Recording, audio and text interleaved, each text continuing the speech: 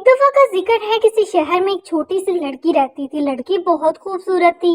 اس کی بدقسمتی کہ اس کی والدہ فوت ہو گئی اور اس کے والد نے دوسری شادی کر لی تھی۔ لڑکی کی سوتیلی ماں بہت ظالم تھی۔ اس کی 2 بیٹیاں بھی تھیں۔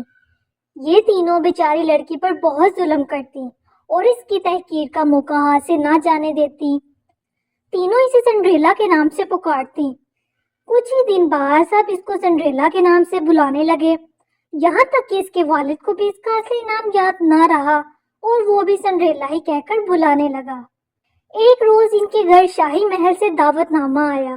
دراصل بادشاہ اور ملکہ کو شہزادے کے لیے خوبصورت لڑکی کی تلاش تھی۔ انہوں نے ایک بہت بڑی دعوت کا اہتمام کیا اور ملک کی تمام لڑکیوں کو اس میں مدعو کیا تاکہ شہزادہ لڑکیوں کو دیکھ کر اپنی پسند بتا سکے۔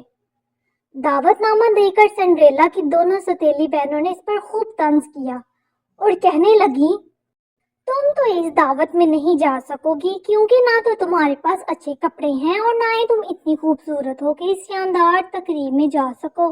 یہ باتیں سن کر سنڈریلا کو بہت دکھ ہوا، لیکن وہ خاموشی سے سب کچھ سنتی رہی۔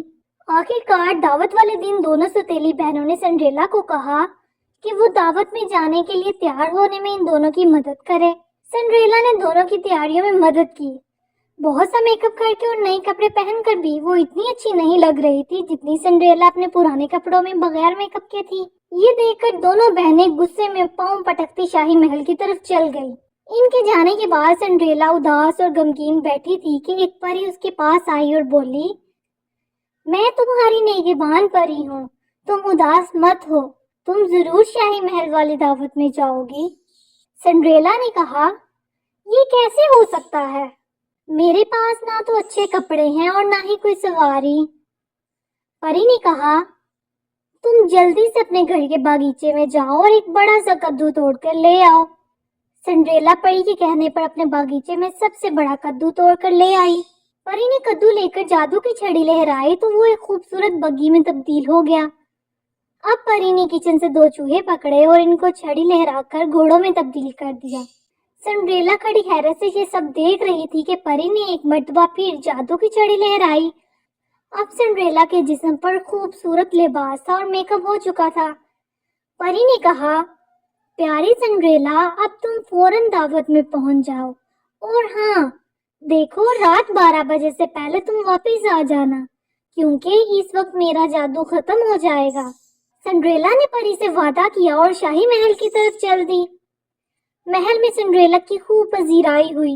لوگوں نے دل کھول کر اس کے حسن کی تعریف کی، یہاں تک کہ سنڈریلا کے دونوں سوتیلی بہنوں نے بھی اسے نہ پہچانا۔ کچھ دیر بعد شہزادہ سنڈریلا کے پاس آیا اور اس سے پوچھا، کیا تم میرے ساتھ ڈانس کرو گی؟ سنڈریلا نے ہاں کر دی اور آدھی رات تک دونوں ڈانس کرتے رہے۔ اچانک سنڈریلا کو یاد آیا کہ 12 بجنے والے ہیں اور اس وقت پری کا جادو ختم ہو جائے گا۔ یہ یاد آتے ہی سنڈریلا نے شہزادے سے ہاتھ چھڑایا اور باہر کی طرف بھاگی۔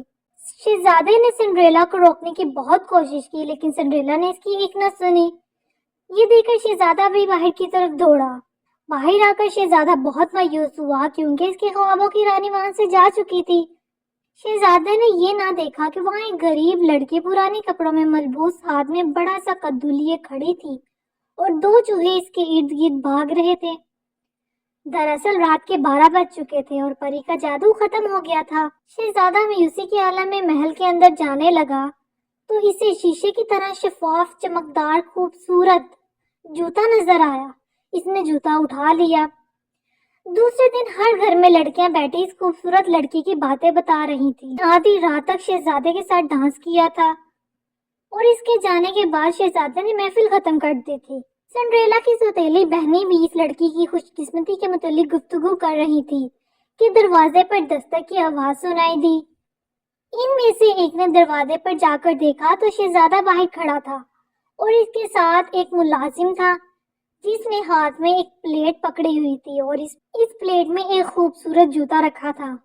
اس نے کہا، جس کسی کے پاؤں میں یہ جوتا پورا آ جائے گا وہی شہزادے کی دلہن بنے گی۔ یہ سنتے ہی دونوں سوتیلی بہنوں نے جوتا پہننے کی کوشش کی، لیکن ان کے پاؤں اتنے موٹے تھے کہ وہ جوتا ان کے پاؤں میں آیا ہی نہیں۔ دونوں کی ناکام کوشش کے بعد سنڈریلا نے آگے بڑھ کر شہزادے سے پوچھا، کیا میں یہ جوتا پہن کر دیکھوں؟ شہزادہ نے ملازم کو اشارہ کیا اور اس نے جوتا سنڈریلا کو دے دیا۔ سنڈریلا نے جوتا زمین پر رکھ کر اس میں پاؤں ڈالا تو بڑے آرام سے اسے پہن لیا۔ شہزادے نے غور سے اس کا چہرہ دیکھا تو کہنے لگا، بے شک یہ وہی ہے میرے خوابوں کی رانی جس کی تلاش میں سرگردہ تھا۔